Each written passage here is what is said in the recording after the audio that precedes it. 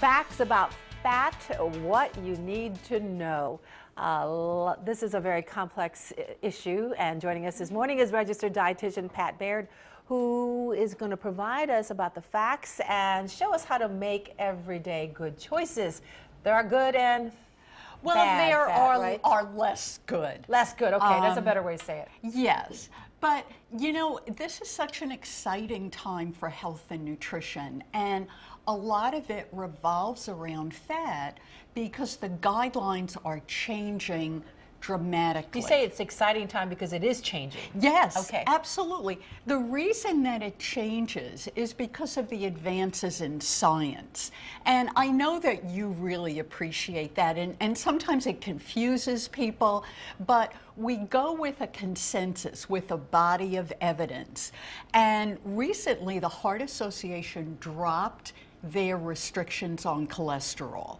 And from what to what? From 300 milligrams a day to no restrictions. That doesn't mean to eat cholesterol with abandon. What it means is what we're going to see in the new dietary guidelines at the end of the year, which is focus more on the type of fat rather than the amount of fat. So again, the dietary guidelines aren't going to say, you know, keep it to 30% or less.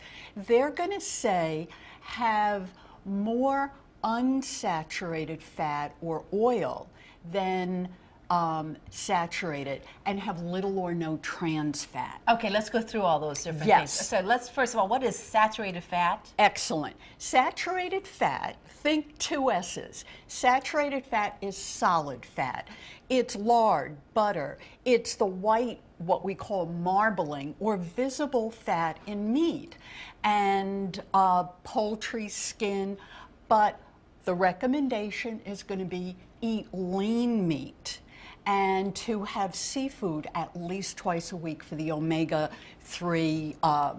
So the saturated fat is what we need to really limit. We do. We want to limit it to 10% or less, and the unsaturated fat are the plant oils. It's the olive oil, canola oil, soybean oil. And what do the guidelines say about that? To eat more of that because they are healthier fats in that they don't raise the bad LDL cholesterol. And this is the bottom line. The saturated fats do raise it, and the mono or the whole category of unsaturated don't. So as I say, we're really talking about the liquid plant oils. We're also talking about what we now call spreads. Used to be called margarine. The reason is that, you know, spreads like Country Crock have fewer ingredients. They have a profile that's closer to the unsaturated because they are made with vegetable oils. And so this is what we need to concentrate on more so. We need to have less butter, more spreads. Okay. We need to have more lean meat than fatty meat. We need to try to have poultry without skin. This is not a question of eliminating. This is a question of moderation, making wise choices, reading food labels when you go in. Even meats are now being labeled, and that's a big step. Let's talk about labels. I mean, that is somewhat confusing for people. So what do they need to be looking at when they look at these labels? Okay, they need to look less at the total fat, because we used to focus on that. They want to look for saturated fat and items that are low in saturated fat. Trans fat is on the label. It has its own line. You want to choose items that have little or no trans fat. Then you want to go down to the ingredient list a little bit. And you want to see things like soybean oil, canola oil. When you're making salad dressings at home, you want to use a little bit more olive oil. So there's so much information on the label now that it can help us identify the type of fat and be able to balance those choices. And you said to use plant oils, right? Yes. Yeah. Well, you know, the only lard would be the only other type of fat. Yes. And that's solid at room temperature.